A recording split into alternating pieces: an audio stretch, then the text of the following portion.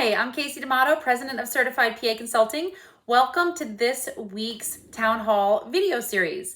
On this week's Town Hall, we're talking about what if you're a PA or medical professional and you want to start a business. We're talking about 7 common businesses that are started by PAs or medical professionals. So hopefully you'll get some value out of this.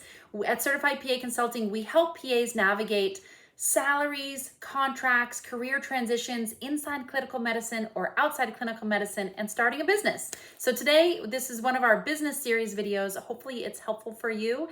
We've helped a lot of PAs start businesses or investigate starting a business and if it's right for them versus their clinical career. So let's talk about 7 common businesses that PAs start. Number 1, a clinical practice. That's the obvious one. So in some states, PAs can own a medical practice, either 100% or different percentages of ownership, depending on the state. So the way to find out if your state allows for PA practice ownership is to contact your state PA organization, and they can let you know very easily what the laws are surrounding PA clinical ownership in your state.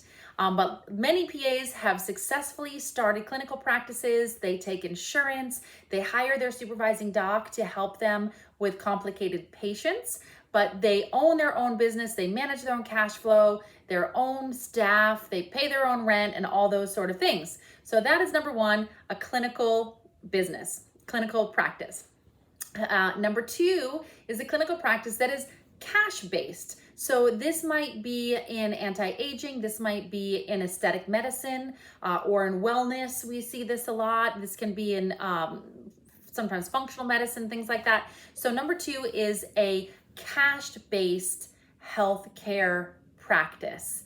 And that, again, the ownership laws are the same whether you're taking insurance or if it's cash-based. So PAs owning a medical practice are going to be the same laws, and they vary state by state. So reach out to your state PA organization and find out if you're interested in opening your own medical practice, whether it's insurance or cash. Find out from your state organization what the laws are surrounding PA practice ownership. So those are number 1 and number 2. Insurance-based is number 1, cash-based is number 2 when we're talking about common businesses that PAs own. Next, number 3, telemedicine. Telemedicine has started to really explode since the pandemic, and there are certain specialties that really are conducive to telemedicine, psychiatry being number 1. So psychiatry is a perfect opportunity, and there's all sorts of pandemic-related telemedicine businesses and things like that. So there's a lot more opportunity in telemedicine. PAs can own a telemedicine practice. State laws still apply, but this would be working remote from home or from wherever and treating patients virtually. So that is number 3 business. Number 4 brings us back to functional medicine. Functional medicine, an area that so many PAs have a lot of interest in. I find it fascinating. I know a little bit about it, but not a lot about functional medicine itself. I know there's an enormous amount of information out there, but I do know about the business side of things. So PAs are starting functional medicine practices. Now, one thing to keep in mind with functional medicine is because it's such a complex type of industry, sometimes you spend a lot of time with these patients, oftentimes you spend a lot of time with these patients. So the business model, meaning the cash flow, is very delicate because the amount of time that you have to spend is sometimes can be a lot of time. And sometimes patients can't afford, thousands and thousands and thousands of dollars in their bills. So there's a little bit of a delicate balance in functional medicine related to the business model of it. So that I am very familiar with the business model side of functional medicine. So be careful. If you are interested in functional medicine, you can do it successfully. There are people out there with successful functional medicine practices, but pay very close attention to the amount of time and what you have to bill out for that time, and the amount of time even outside the patient encounter that you're spending on that patient with lab interpretation and things like that. So just be really intentional on how you want to structure it, whether it's group settings or whether it's more frequent visits that are a little bit shorter, to make sure that the cash flow business model will work for you. But it can work. It can work, functional medicine. Then the next one that brings me to is health coaching or lifestyle coaching or any kind of coaching. So that is an industry that is really starting to take off as well. And lots of PAs are getting into health coaching or lifestyle coaching and things like that. And it can really work for a lot of PAs as either a side business or as their full-time business. So lots of people are getting into coaching, health coaching, or lifestyle coaching. It's an area that I think can do very well. Remember, there is quite a bit of networking or marketing, if you will, just to let people know that you're there. It's different than being a PA where you show up to work and there's patients on your schedule. As a coach, people don't know that you're a coach. You can't look in an insurance book and find you. So there is an element of networking and marketing to be done if you are interested in health coaching or lifestyle coaching. So make sure that you are interested in that piece of it so that people know that you're there, that you can help them with the particular industry that you are an expert in.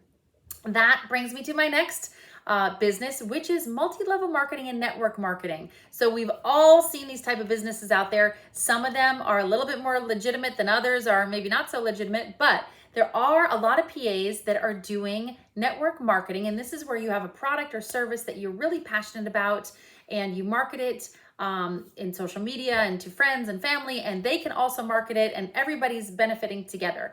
Now, not all of these companies are completely legitimate. There's a lot of controversy around these companies, but some of them are. And there are many PAs that are doing extremely well and have replaced their PA salaries and then some with network marketing type of industries. The pros are that there's a lot of infrastructure and support from the company to help you learn how to grow your business. The con is you have to be extremely comfortable networking and marketing. That's why it's called network marketing. That's how it works. The more people you talk to and the more people that like the product and they're willing to sell the product, the more money that you make. That's how it works.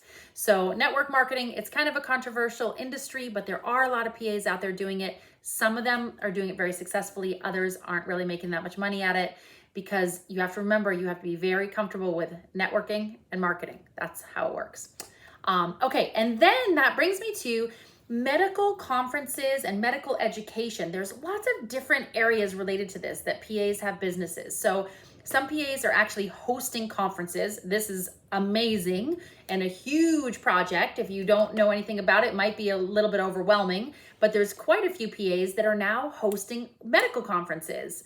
Amazing business that PAs are doing, owned 100% by the PA. So kudos to our colleagues who are doing that. And also medical education. There's a lot of PAs getting into medical education as a business. So this is not like teaching at a PA school. This is more related to like CME activities, medical writing, things like that, that can also help either be a side hustle or can even replace full-time income. So lots of opportunities in kind of the medical conference and medical education. And there's so many more. These is just a tip of the iceberg on businesses that PAs start. I've had clients that have gone into everything from landscaping businesses to design businesses to food related, cooking and chef businesses, things like that. There's so many different opportunities. Myself, I had a skincare company that I raised a lot of capital for. We expanded globally. I actually sold that company during the pandemic. So there's lots and lots of different industries, different businesses. There's really no limit. As a PA, you can start just about any business. Clinical practice is the only one you have to check your state laws. Other than that, pretty much start any business just like anybody else can. So hopefully that gets you inspired if you're thinking about starting a business.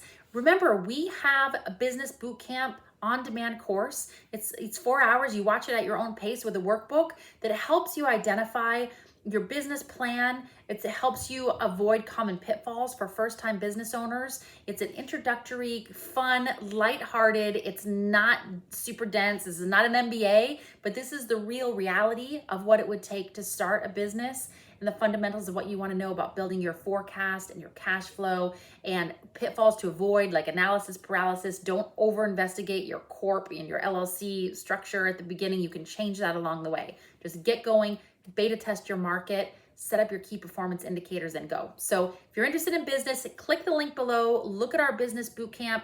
We have free guides as well. Register for our on-demand Business Bootcamp. And of course, we're here for private coaching. We help lots of PAs navigate the world of business. So we are here for you if you need help. I hope this was helpful for you. If you have entrepreneur, little bug in you like I do, we would love to help you along your journey. All right, everybody, have a wonderful week. I'll see you next week.